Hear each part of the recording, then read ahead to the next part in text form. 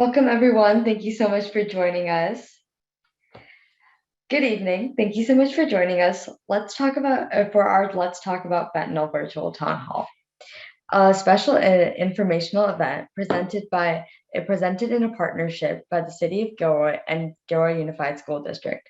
My name is Monica Lagotla. I'm a junior at Christopher High School, and I will be the moderator for tonight. I would like to say welcome and a special thank you to our panelists who are joining us tonight. Before we begin, I'd like to share a few pieces of information with you. Tonight's webinar will be 1 hour from 6:30 to 7:30. Tonight's meeting will be presented in English and Spanish, and this link for the Spanish translation is in the chat box. Tonight's agenda includes a presentation from Christopher High School's Future Health Professionals Club, Supervising Deputy District Attorney Edward Liang, and Gilroy Fire Chief Jim Wyatt. Following the presentations, there will be a question and answer period. You are invited to submit questions using the Zoom webinar platform. Simply click on the Q&A in the bottom toolbar and type in your question. Answers to some questions will be addressed in tonight's presentation. High school students, remember, you can get an hour of community service for attending tonight's town hall. Please make sure to get a signature from your school's community service hour coordinator on your form. Note that attendance will be verified through the Zoom attendee list. This town hall is being recorded and posted on the district's YouTube channel and shared on the city and district social media platform. Thank you for being here tonight. And now we would like to start our town hall with a quick testimonial video of our local experiences with fentanyl abuse. Before we do that, I would like to welcome tonight's panelists. We have Lucas Salles from a sophomore at Christopher High School. He is the co-vice president of CHS Future Health Professionals Club and is a member of the California Scholastic Federation and National Honor Society. We also have Nat Javier, a sophomore at Christopher High School and the co-vice president for the CHS Future Health Professionals Club. She is a star player on both the CHS girls volleyball and basketball teams. For tonight's panelists, we have Edward Liang, the supervising deputy district attorney for the major crime and drug trafficking team in the Santa Clara County District Attorney's Office. He has previously served on the gang unit, the violent felonies unit, the major narcotics vendor program, the narcotics unit, and a variety of misdemeanor assignments at the office. He is a graduate of the University of Virginia School of Law and the University of California, Berkeley.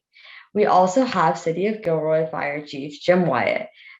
He has lived in Gilroy for 36 years and was appointed as the fire chief for the City of Gilroy Fire Department on October 1st, 2020. He is a veteran of the fire service with over 40 years of fire and EMS experiences.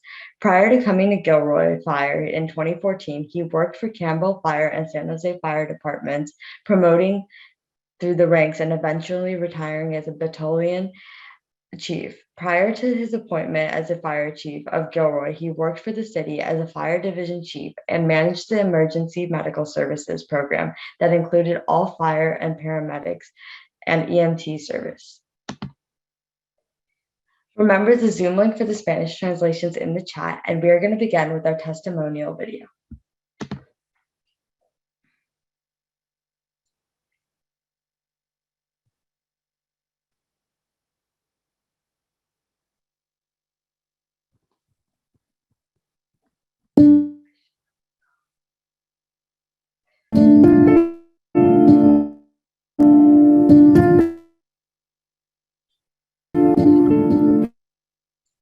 A lot of times, people say, well, they shouldn't have been doing drugs, but teenagers, they do things, they try things, they don't think twice about what they're taking, they're going to die from.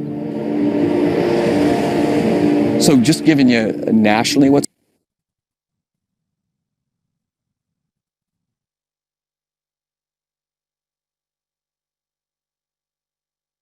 going on, about 100,000 people die from overdoses each year or accidental poisonings each year. And the vast majority of those are fentanyl related or opioid related. Fernando Sanchez, he was my only child. He was 17 years old. He loved music. Real smart kid. He was funny, quick thinker. He had no fear. He lived life like nothing's gonna happen to me, pretty much, like most teenagers. Jacob was born August 21st, 1996. He was a delightful little boy, brought us joy. We enrolled him in all the local activities. He was in Little League, Boy Scouts. He had lots of friends. He was the youngest of my 3 children, and my only son. We lost him November 28th, 2020, Thanksgiving weekend. Toxicology report said that he passed from acute fentanyl. Xanax and fentanyl were the only things they found in his system. He had enough fentanyl in that one pill to kill 6 people. So on March 26, 2020, he decided to go with some friends to buy some Xanax off somebody that they knew. So they contacted him through social media, through Snapchat. What he thought he was buying wasn't Xanax at all. It was tramadol and fentanyl. The other 2 boys that he was with, they just fell asleep. And my son was the one who passed out of the 3. It's been hard. He's my only child, and one day you're a mom and the next day you're not. We looked on his phone when the deputies were still there, and we noticed that he had made a phone call the night that he had come home. And a couple texts, and on there was, thanks for the Xanax. Thanks, they called him Xans, I believe. He came through. And so we knew that he had gotten Xanax from that young man. The vast majority of the young people don't know the effects of fentanyl mixed in with some of the other drugs that they're taking. Or they had no idea that the drug that they purchased, that they thought was a legitimate prescription drug, turned out to be a drug tainted with fentanyl. You think you're buying a Xanax or a Percocet or, some other type of pill. You hear it on the radio, you hear it in the songs. It sounds like a good time, and really you don't know what you're taking unless it's from your doctor. It's prescribed, it has your name on it. The thing about fentanyl is it's really, really addictive. So if you do live, you need to get into some type of treatment to get help getting off of it. There is nothing safe on the street. And my warning to parents and students is don't do anything. And if you know someone who's doing it, carry Narcan. Narcan is the one antidote for someone who's overdosed on any opioid, including fentanyl.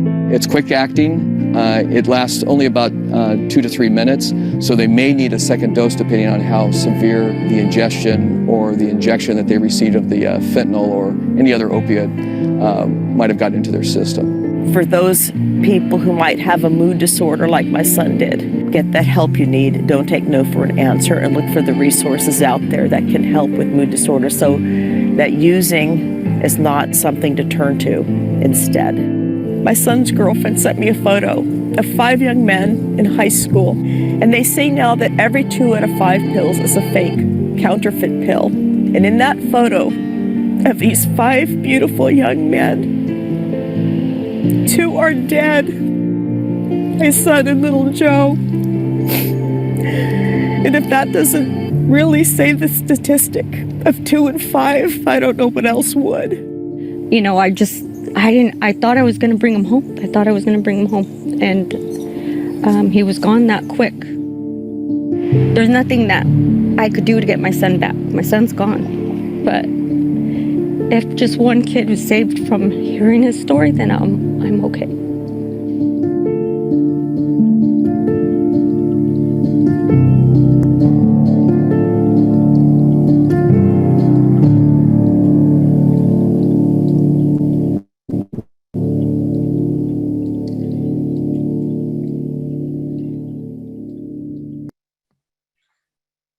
After this testimonials, we'd like to start with our first panelists who are members of the CHS Future Health Professionals Club.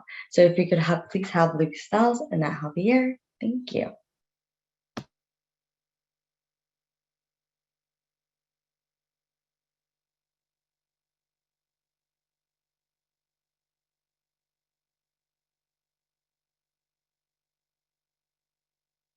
Okay. Hi, everybody. As you heard, my name is Nat Javier, and I'm one of the co-vice presidents of Christopher High's Future Health Professionals. And today we will be presenting to you Fentanyl 101.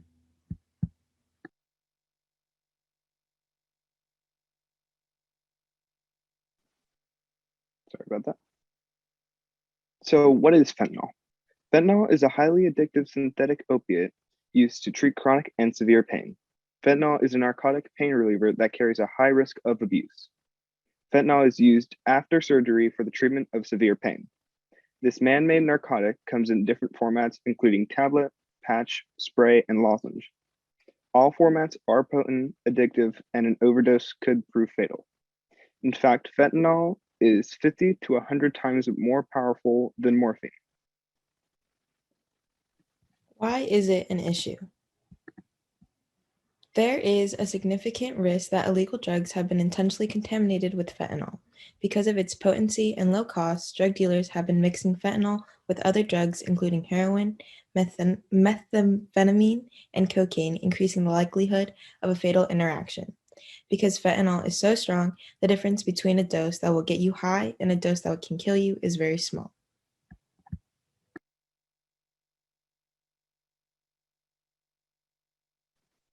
How do people come across fentanyl?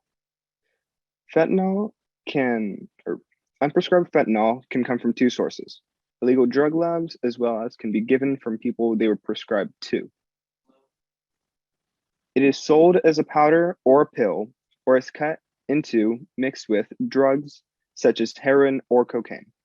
This type of fentanyl is usually sold as another substance so people swallow, snort, or inject without realizing it. These substances can be sold on social media platforms such as Snapchat or even through delivery services. What do the signs of fentanyl overdose look like? When someone overdoses on fentanyl, they first become sleepy and it is hard to wake them. Their breathing becomes slow and shallow. They may snore, they may pass out. The person's body may become limp, their face pale or clammy, and their pulse weak or slow. For lighter-skinned people, the lips and fingertips may turn blue or purple. For darker-skinned people, the inside of the lips may become blue or purple.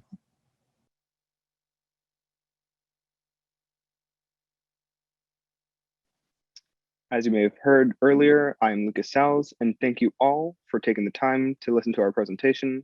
And I hope it was able to enlighten you as to the dangers of fentanyl.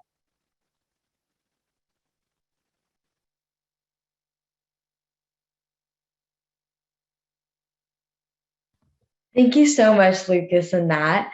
That was definitely eye-opening for me, and it gave me a lot of information. And next up, we are going to have our next panelist, who is the Santa Clara County Supervising Deputy District Attorney, Edward Liang.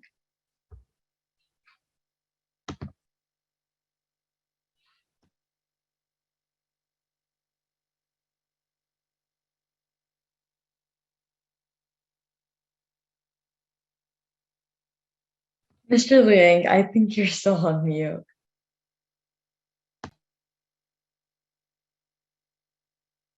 There you go. How's that? That's perfect. So thank you all for having me here. My name is Edward Liang, and I'm the Supervising Deputy District Attorney of the Major Crime and Drug Trafficking Unit at the Santa Clara County District Attorney's Office. And, obviously I'm here to talk about a very important topic, which is fentanyl. As you heard from the previous presentation, fentanyl is incredibly dangerous. And when you heard from the testimonial, we could hear about sort of the effects on our community here in Santa Clara County and how it can affect anybody really, and that we all have lost loved ones, friends to this epidemic within a pandemic. And I just want to talk to you a little bit about sort of fentanyl from a greater county perspective as to what's going on here, and also sort of what things that we can do about it ultimately. So the most common form of fentanyl that we're seeing out there is our M30 pills. So these are pills that are supposed to look like Percocet, and these are pressed into pills with an M and a 30 on the back. And these are the kind of the most common forms that we're seeing. We're seeing in other types of pills, and it mixed in with other kinds of drugs, as we heard earlier, whether it's heroin, methamphetamine, cocaine, and we haven't seen it yet in our county, but it has been been seen mixed with cannabis as well. But really, ultimately, what we're seeing here are pills in various types of forms, but particularly with the M30. And I get a lot of questions about why drug dealers ultimately use fentanyl instead of whatever other drug is. I think the main reason ultimately is profit. It's incredibly cheap to produce, and it creates the highest profit margins when they are selling these pills out on the street. So what is a fatal dose of fentanyl? A fatal dose is as little as 2 milligrams. And to kind of put that in perspective, 1 teaspoon is 5,000 milligrams. So a teaspoon of fentanyl would have potentially up to 2,500 fatal doses. And if you want to think about it in terms of size, it's about 5 to 7 grains of salt. The pennies that we have here kind of give you a sense of the amount of fentanyl needed to kill somebody, and it's really not much, and can be found in really any amount of any type of pill that could be out there. And something that's on the right, it's called carfentanil, which is an analog of fentanyl. It's an even more powerful version of fentanyl. It's 100 times more powerful. So that little bit that you can see next to Abe Lincoln's face, that's enough to kill somebody. And really what carfentanil is used for is for tranquilizing large mammals such as elephants and bears, and really has no human use. But unfortunately, not in our county yet, but in other counties, they are seeing carfentanil out there. Fentanyl poisonings is something that's sort of ravaging the country, the state, and unfortunately our county hasn't escaped that. And we call them poisoning deaths really because these aren't overdoses. These are really unsuspecting victims who are taking drugs that they think are one thing, but really is something else, something much deadlier than they expected or even wanted ultimately. So that's why when we're talking about these deaths here, we would use the term fentanyl poisoning as opposed to fentanyl overdose, because poisoning really captures kind of what it actually is happening. And as you can see here, in 2018, we had 11 fentanyl-related poisoning deaths. In 2019, we had 27, and in 2020, we had 88. So it's a very drastic increase over the past few years. But even just last year, we are at 124 deaths, a significant increase even from the 88 that we had in 2020. And this is more or less probably close to what the final number is going to be. But unfortunately, as you can see, the number keeps going up, and we all hope and we're all trying to do the best that we can ultimately to at least change the trajectory of the deaths in our county specifically. When we're looking at the number of fentanyl poison deaths in our state and in other counties, you know, the number that we have in Santa Clara County, at least with respect to 2020, is still relatively low compared to other parts of the state. You know, statewide, it's 9.73 in 2020, and if we go just north of us here, 2 counties over, San Francisco has 42.3 deaths per 100,000. But, you know, 4.4 deaths per 100,000, that's still a significant number. And that's still, you know, loved ones, friends, families that ultimately are losing their lives to what's going on. So even if we are doing relatively better than other counties, it doesn't mean that there isn't more that we can ultimately do. When we're talking about the district attorney's office and, you know, how we are going to try to address it, obviously one thing that our function is prosecuting cases involving fentanyl. So as you can see, just like there's been a rise in fentanyl-related poisoning deaths, there's been a rise in the number of prosecutions that have happened. And, you know, when we're going from 4 in 2017, 2018 to 29, 2019 we had 16, and all the way up to last year we had 123.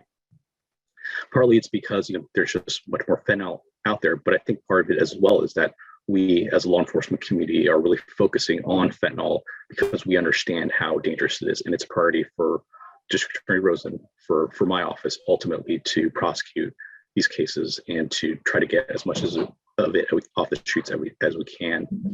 And the majority of the kind of cases that we ultimately prosecute are felonies, and it's going to be people who are possessing fentanyl for sales or people who are selling fentanyl. But there is the rare circumstance where we do charge somebody with murder. When somebody sells drugs to somebody and the other person dies, there is the potential for us to charge a murder. It doesn't necessarily happen in every case, and even though sometimes, you know, these decisions are ultimately very, you know, difficult and very heavy decisions given how serious the charge is, and we put a lot of thought into whether it's appropriate for the case or whether ultimately the evidence leads us there, but there is always that potential that we could charge it in the appropriate case under the appropriate circumstances.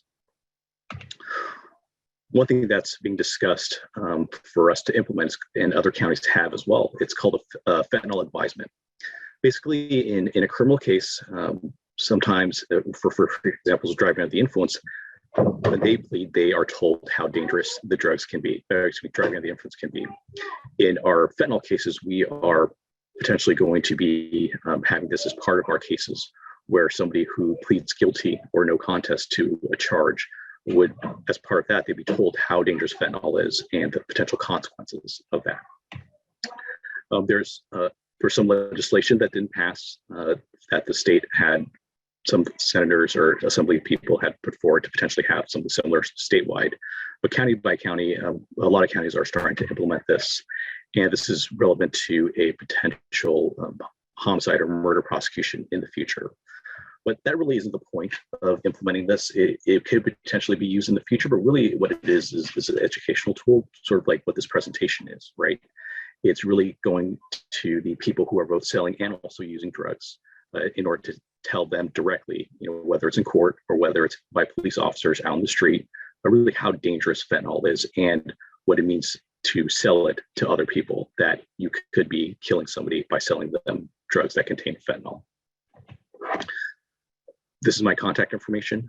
If anybody has any questions, I know we have a Q&A session here, but thank you again for having me here and talking about this very important topic. And I think it is very important that we get as much information out there for all of you to know about what is going on and for you to tell your friends and family ultimately what you've learned here today. Thank you. Thank you so much, Mr. Liang. That data was definitely very eye-opening. I'd like to introduce our final panelist of tonight, which is the City of Gilroy's Fire Chief, Mr. Jim Wyatt.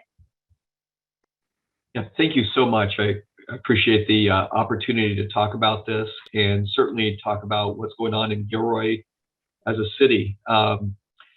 If I could have the next slide, please. So I'm going to talk about what is an opiate overdose, what does it actually look like? And the first thing, you've already heard this before, but I wanted to show you some of the pictures so that it brings home the point. The person's face feels clammy to the touch and they lose their color. As the fentanyl or the opiate starts to close down their respiratory system, their lips will start to turn blue and also their fingertips.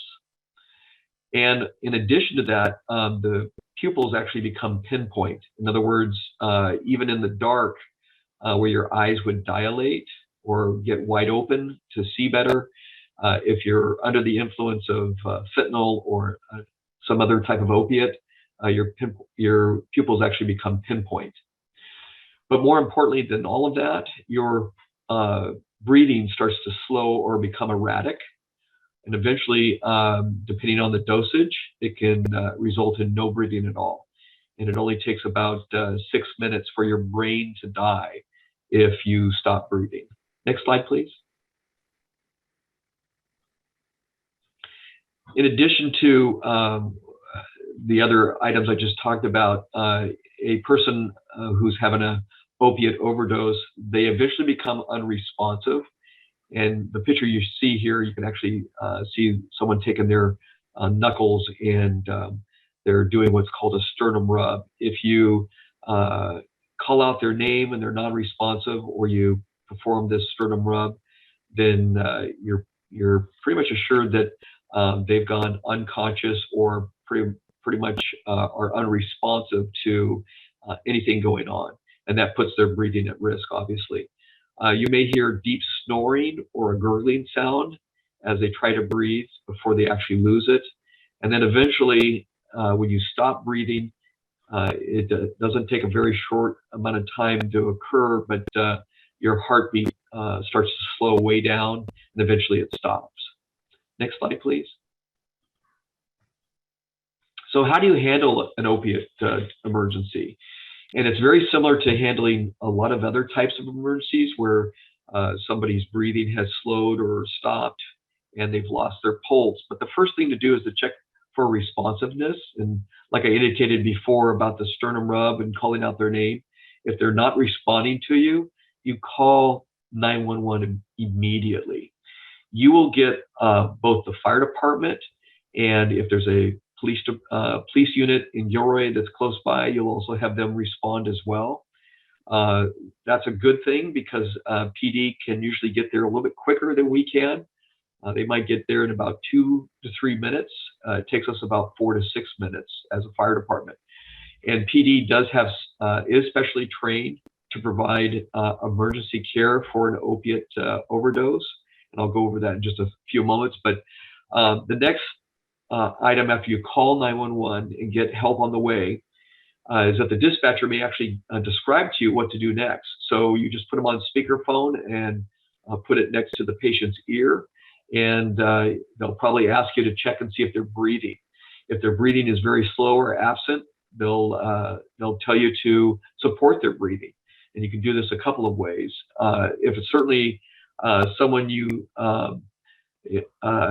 able to grab a pocket mask, and you see on the bottom of your screen on the left-hand side, you see the pocket mask. You can apply that over the person's face, and you can breathe through the little opening that's on the mask. If there's no pocket mask available, you could give them mouth-to-mouth breathing if they're not breathing. And the dispatcher can actually describe to you how to do that. So that's the reason why it's so important to stay on the line. And just know that help is on the way. The moment you call 911, they're already dispatching us to the location or address that you've given. And they'll talk you through everything that I'm going over right now. CPR may be necessary, and the bottom right part of your screen, you can actually see the person getting in the center of the person's chest and getting ready to do heart compressions. Next slide, please. If you have it available to you, giving Narcan is a true lifesaver. And if you recall, I talked about PD responding. They carry Narcan. They carry a pocket mask. They carry all the basics to help you out. But if you happen to have your own Narcan, you just simply remove it from the package, tilt the person's head back. That would be the second photo or second drawing, if you will. It's in the center of your screen, and then you insert the Narcan into the nostril. You only have to insert it into one nostril. You don't have to insert it in both, and then push the entire contents in there and do it rapidly. Narcan is rapidly absorbed through the nasal passages, and its whole purpose is as a antidote or a reversal of any opiate or fentanyl that a person's taken. So its primary job is to restore breathing. So even if you started off with mouth-to-mouth or mouth-to-mask breathing, you give them Narcan, they may start resume their own breathing fairly quickly. You continue to support breathing with the pocket mask or mouth-to-mouth, and if you have a second dose of Narcan, the package actually has 2 doses in it. You want to give your second dose after 2 to 3 minutes. So like I said, it's quick acting, but it doesn't last very long. And as long as you've called 911, we're on our way. Like I said, PD will probably get there within 2 to 3 minutes, and we'll probably get there within 4 to 6 minutes. And then if assuming that all is well, at the very bottom of your screen, you would place this patient, if they start breathing again, in the recovery position. And that's simply on their side with their head supported. That way, if they become nauseated and begin to vomit, they can easily get rid of the vomit. And if you had them on their back and they started to vomit, they might drown in their own fluids. So that's the reason why you put them in the recovery position, assuming that the breathing has started again. Next slide, please. Well, it's real easy for me to talk about what to do in an emergency, but really the prevention of even having a opiate or a fentanyl emergency is key. So this is really a talk to the parents. What can you do to protect your child? And I say that in all earnestness. My children, I've got a 35-year-old, a 36-year-old, and a 22-year-old. They're still my kids, And so please don't take offense when, for any of the younger folks watching this, you're still your parent's child. And so the first thing the parent needs to do is realize that they have to assess the risk factors and address it with your kids. The first thing you want to do is find out if there's a family history, and certainly knowing uncles and brothers or sisters that have had issues with drugs or alcohol. That doesn't mean that your child is going to have those same issues, but it does put them at a little bit higher risk, particularly if they're biologically related to the child. So certainly family history is one of the first keys you want to look at. The second key is mental health problems. This can include depression, anxiety, and ADHD or attention deficit disorder. It doesn't mean that your child will use these drugs. It just means that they're at higher risk for potential substance abuse. The key thing in all of these situations with mental health problems is to contact your healthcare provider and find out more about the connection between the psychiatric conditions and substance abuse.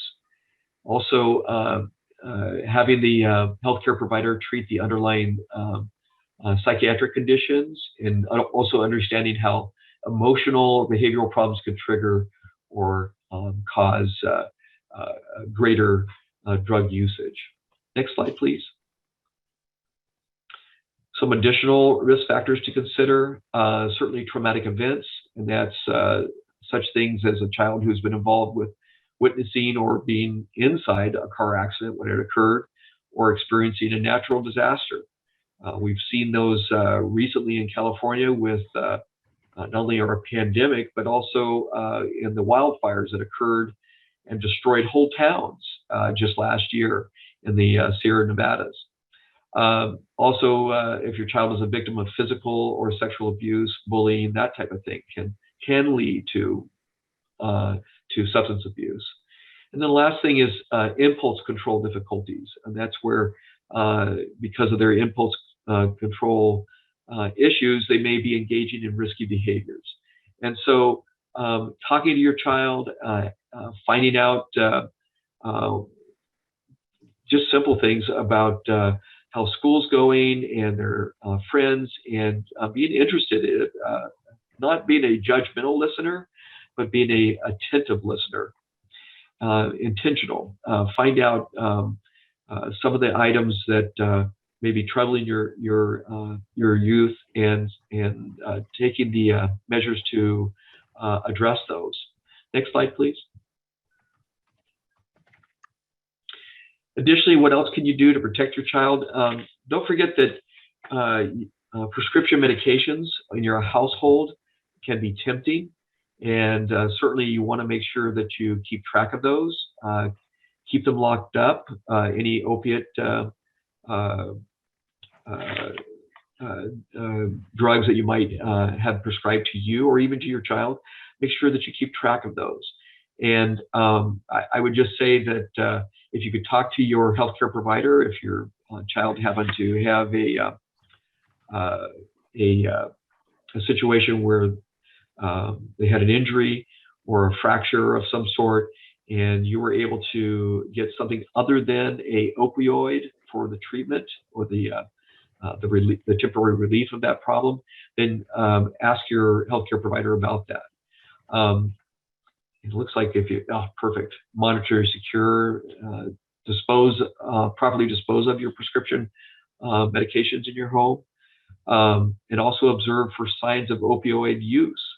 Those can be simple as looking for excessive fatigue, drowsiness, certainly changes to their sleep patterns, pinpoint pupils like I discussed earlier, dark circles under their eyes, rapid weight loss, deterioration of hygiene. These are all examples of common physical signs where opioid use has occurred. Also, don't forget to monitor their social media. Many times these counterfeit medications were obtained through social media, such as Snapchat. And so knowing that or monitoring your use of social media may be an indicator to you about or a warning to you that your child may be susceptible or actually may be using an opioid. Next slide, please.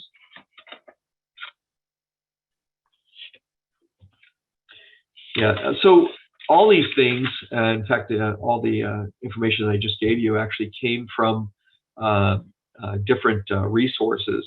One of them is the Partnership for Drug-Free Kids. They actually have an excellent booklet out on heroin, fentanyl, and other opioids. And you can also contact the Santa Clara County Behavioral Health Department. They have excellent online resources. So all these things, and a healthychild.org is another place to go to. So all these are great resources for parents to turn to and to help either their teens or their young adults if you suspect or are concerned about any sort of opioid use. And I just thank you for the opportunity. If you have any questions, I can be reached through our email online resource for the City of Gilroy under the Fire Department. And I'll be more than happy to address any questions you might have. Thank you so much, Chief Wyatt. This concludes the presentation portion of tonight's town hall. I'd like to open the floor to questions for our panelists. Panelists, please make sure to turn on your cameras, and all audience members, you are invited to submit questions using the Zoom's webinar platform. Simply click on the Q&A in the bottom toolbar, and then you can type in your question, and we will answer these questions live and in the feature. But we do have our first question, so let's get started on that. And any one of you can feel free to chime in at any time. Is Narcan a medication we can buy over the counter, or do we have to buy it through a specific process? So that, I guess you're addressing me on that one. Yeah, Narcan can be bought. You just can't go to a drugstore and pick it off the shelf, but you can ask your pharmacist and you can purchase it over the counter. You don't need a prescription in California. So it's an antidote. It can be obtained through your pharmacist, or you can actually go through your healthcare provider. I will say that I've gone to the drugstore and asked for it. It's very quickly taken off the shelf, or very quickly asked for, and so they run out of it in no time at all. I would just say that you might have to ask them, when does your next order come in, and then purchase it at that point.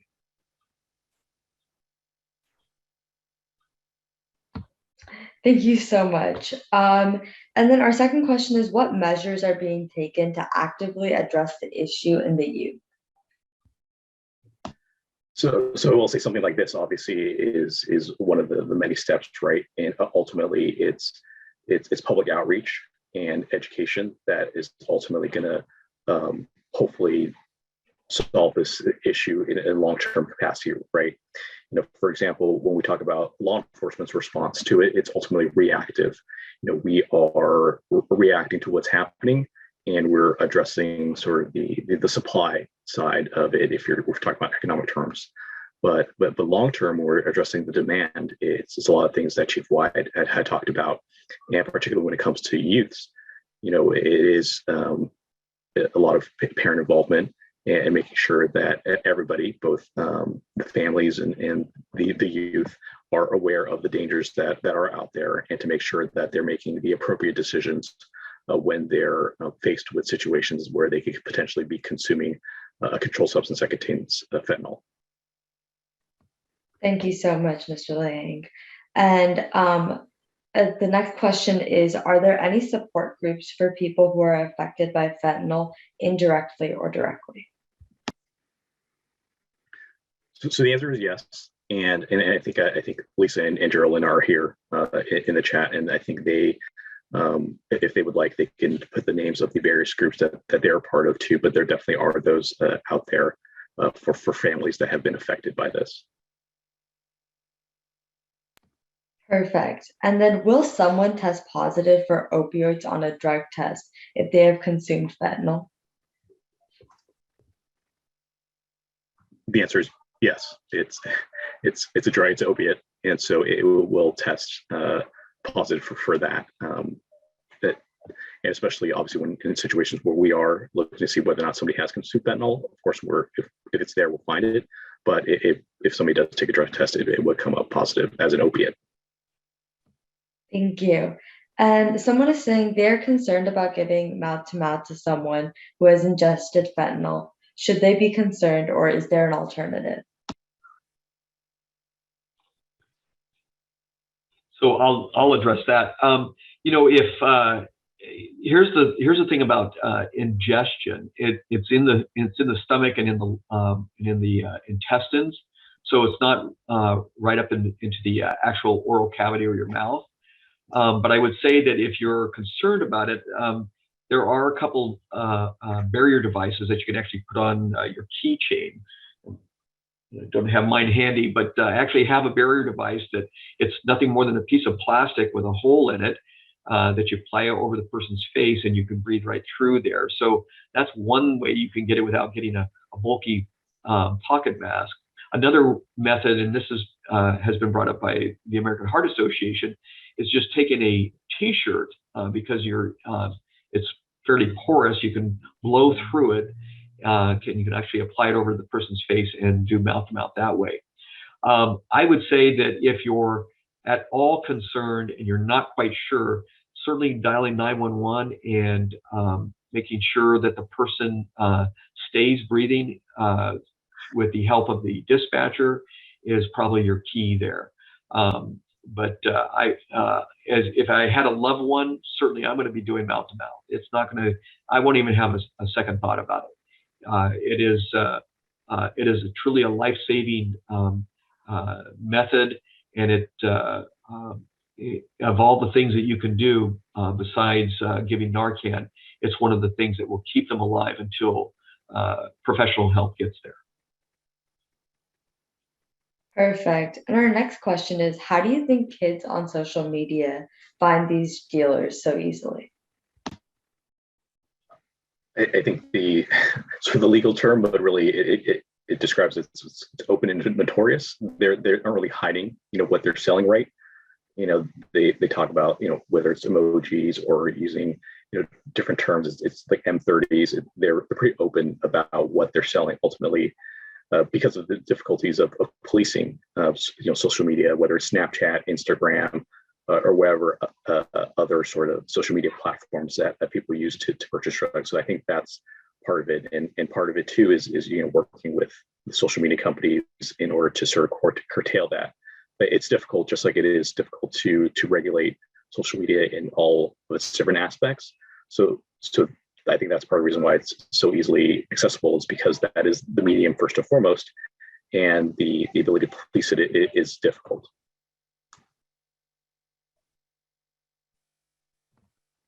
Thank you. And then our next question is, where does fentanyl, Our next question is there a way to test pills or substances for fentanyl? So the answer is yes. There are fentanyl test strips, and that those are accessible. But I would always caution, particularly from my perspective, with respect to using fentanyl test strips, which are becoming more available. Some of my concerns would be, for example, making sure that you're using it correctly and that it actually is an accurate result. But also because of the way these pills, for example, are created, or whether it's in powder or in pills, these aren't being produced in a lab, like a true lab setting that's regulated by the FDA, for example. You have no idea whether or not the pill that you're testing is not going to have fentanyl in it, or might have an amount that wouldn't kill you, whereas opposed to the pill that you do take does in fact have that. Like, you just don't know, even if you do actually test whatever it is that you may or may use to see whether or not there's fentanyl. So that's why, while there are whether there's ability to test that out there still are concerns, as I do have, with respect to using a fentanyl test strip. Thank you. Our next question is, where does fentanyl and its source materials primarily originate from? And is there any way we can stem the issue, or we can get to the stem of the issue, or from the root of the cause or the source? So that's a very, very complicated question in the sense of kind of where it's coming from. It's coming internationally. Initially, the precursors or the ingredients to make fentanyl, as well as finished fentanyl, was coming over from China, and particularly through the Canadian border. But more recently, it's coming through Mexico and through our ports down the south. And now even it's being produced in Mexico, whether it's the precursors or the ingredients or the actual finished product as well. And we know that just generally as law enforcement, just based upon investigations and whatnot too. And we also see that with the number of deaths that are occurring in the entire state. When we're talking about just the actual number, for example, I believe San Diego has over 800 deaths. We had 124. In other counties down there in Riverside, San Bernardino, they're in the hundreds as well. And we talk about what happens in Southern California as really canaries in the coal mine, as what happens there will eventually happen here ultimately. So when we talk about where it's coming from, those are some of the places where it's coming from, and we can kind of see it travel up to where we are here and the impact it's having in our community. And if I may just add to that, in Gilroy in particular, we looked at our stats for last year, for 2021. We had 80 overdoses. And of those 80 overdoses, 9 people died. And of the 9 people that died, 5 were fentanyl related. So it just gives you an idea. Gilroy is a very small community, and yet it has a significant number of people that are affected by this epidemic. And the age group that we've seen is anywhere from 13 to 77. So it's just, it's such a wide berth of people that are affected by it. And literally 1/3 of those people that just Gilroy encountered were under the age of 30. So it just tells you how pervasive this drug problem is, and the fact that greater than 10% of the people that we run across die from it. Thank you. And then our next question is how is fentanyl different from oxycodone and other opioids?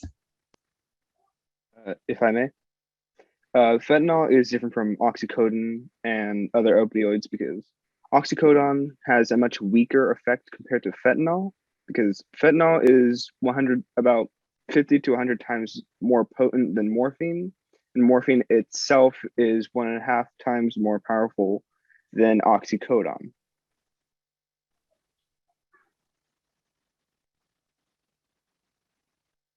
Perfect, thank you.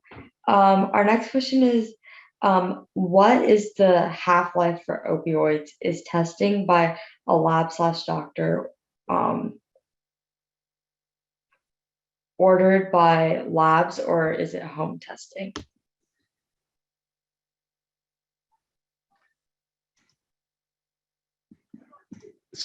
Do you mind reading that question one more time? What is the half-life for opioids? And then would the testing for fentanyl be ordered by a doctor? Well, with respect to the half-life, honestly, I'm not sure, as I'm not a chemist by trade. But with respect to the testing, I guess it really depends on the circumstance. It's difficult to say, when something will be tested. It really depends on why it needs to be tested. So it's difficult to give an answer to that without knowing what the situation is for testing. For example, if somebody's arrested for being under the influence of a controlled substance, their blood could be tested. Or it could be situations where your doctor does order testing as well. It just really depends on why the testing is needed. If I could too add that we have seen people, and of course I'm talking about folks that have injected heroin not knowing that it was heavily mixed with fentanyl, pass out and stop breathing within seconds of of it entering into their bloodstream. So it is dose dependent, but it doesn't take very much to knock out your breathing. Sometimes through ingestion, it can take up to a couple of hours, but it also, again, depends on the dose. I was talking to a mom who lost her 29-year-old son a few years back, and he had only taken a quarter of a pill of Xanax and didn't know it was laced with fentanyl. And that was a fatal dose that he took. And it was just a quarter of a pill. It's just a quarter of a capsule. And his the friend that he bought it from didn't know that it was a counterfeit drug. So I'll just say that it's such a powerful drug that depending on a half-life or whatever, you're taking a big risk. Thank you. And then our next question is, somebody says that they're concerned about their or someone else's misuse of fentanyl. What can they do?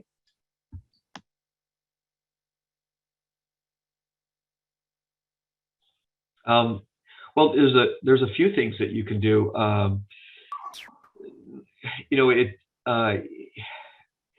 Seeking help through some of the resources that the county provides can give some great direction for the person that has that friend.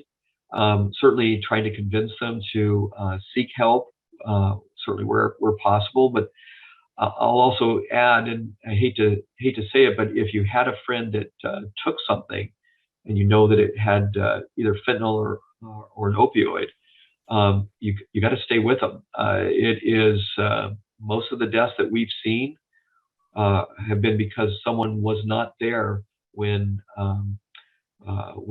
they took the opioid or the fentanyl, and it resulted in their inability to breathe. So having someone that can contact 911 right away if that were to happen is key to their survival. Leaving them and just hoping for the best is certainly not the best way to handle a situation like that.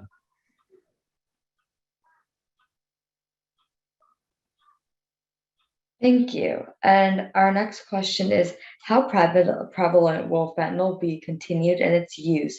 And will the trend continue in an exponentially upward rise? So it is incredibly prevalent, and whether or not it will continue its increase, particularly at the exponential rate as we're seeing, I think it really depends on really what each and every one of you do here today with the information that you're provided, right? We as a county, the school district, the city of Gilroy, we're all doing what we can ultimately to try to address this issue as much as we can. But it's ultimately that the onus is on each and every member of this community, me, you, everybody here, to make sure that everybody knows about how dangerous fentanyl is. That if you see a friend in need, somebody who has substance abuse issues, that you support them in addressing that issue. Being prepared for situations, as Chief Wyatt saying, in situations where somebody does use fentanyl and overdoses, being prepared for that. An overdose is one thing, a death is another, right? You can't come back from a death, unfortunately. And so everything that we're talking about here is one of many steps that will help sort of change that trajectory of the deaths that we're seeing out there. And of course, including the law enforcement response, right? We're investigating and prosecuting these cases. We're prioritizing those cases, whether it's the deaths or just the sale of them generally in my office. But that's one part of it, and that's one facet of the answer ultimately, and everything else that we're talking about is part of that.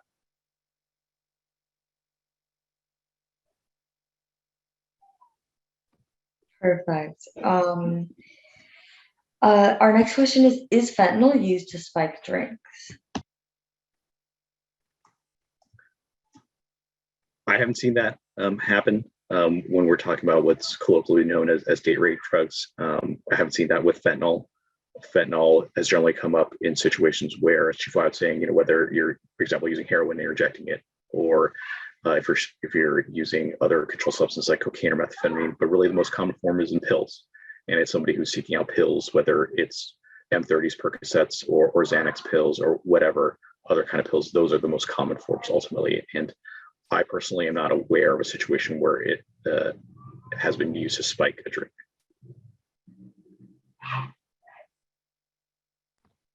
So how can parents begin to talk to their children about drug abuse, and when is an ideal age to begin this conversation? Well, I'll just I'll go back to the stats that I started off with, that kids as young as 13 were seeing overdose or get poisoned by these medications. So the parent first needs to let the child know that they care about them, and that they wouldn't be asking them these hard questions and telling them some of the things that the dangers of these drugs as a part of being a parent.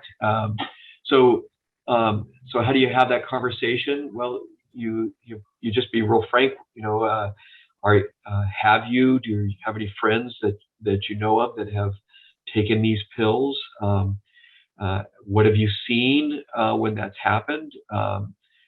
Sometimes that's just a way to find out more of what the child or the teenager knows about some of the drug use that's going on in and around their family and friends, and certainly in their school. And then obviously, when I talked about the four factors that come into play in using medications or these drugs, certainly the parent needs to identify that and ask them questions and tell them about family members that have had drug or alcohol problems, and remind them that they could be susceptible as well. I've had that conversation with my own son back in his early teens, knowing that he was curious, and being a teenager, he wanted to try alcohol as soon as possible, and I warned him about the dangers, things that I've seen, but it doesn't have to be my own personal experiences. Today has been a real eye-opener when you hear some of the other cases of parents that had no clue, and neither did their kids know, that they were taking a fatal dose of fentanyl. And so it's not just a drug abuse problem, but it's a problem where someone's ignorant as to the dangers of a counterfeit pill. And I think that's really important to send that message home as well. If you didn't get it from a pharmacist, you shouldn't be taking it. Perfect, thank you. And we're gonna end this with our last question. What should I do if I see someone who is poisoned from fentanyl? I'm going to go back to the basics. If they've taken fentanyl, it is a fast-acting drug, and it can knock out their breathing. Calling 911 as soon as possible is the key. Some people try to handle the emergency on their own, and then wait too long before they call 911. By calling 911, you get resources within 4 to 6 minutes, or you get fire resources anyway. You get police resources that can help out with the drug overdose within 2 to 3 minutes. So calling 911 is the key. The second thing is recognizing when someone's breathing has slowed or stopped. This is true with any emergency. If you've got someone that's having a heart attack, you want to call 911 and help them where you can. And Mr. Liang, I think you were going to add something else? No, I was going to address one question that I saw that was asked, but was answered in writing, but I'd like to address it. The question was whether if you have Narcan, is fentanyl safe to take? And the answer that was typed in was no, never. But I think it bears repeating that no, never. Even if you have Narcan, that's an antidote to a poison. Like that's a last resort. You don't want to be in a situation where you have to use Narcan. Using fentanyl, looking for fentanyl, or even using substances that could contain fentanyl is never going to be a safe situation. And, that's why we're here. And that's why we're talking about all these cases. And there are things to save people from people who have used fentanyl. But, that doesn't mean that you or your friends or anybody else should be looking for fentanyl. And there really is no safe way to take fentanyl, at least with what's out there in the streets.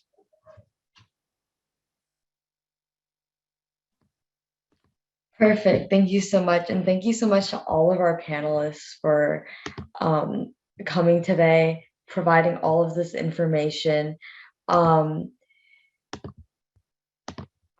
We just want to remind you that with the community for high school students, your GUSD, if you use your GUSD account, you'll receive community service for an hour of attending, and your community service coordinator can sign off on it, and your attendance will be verified.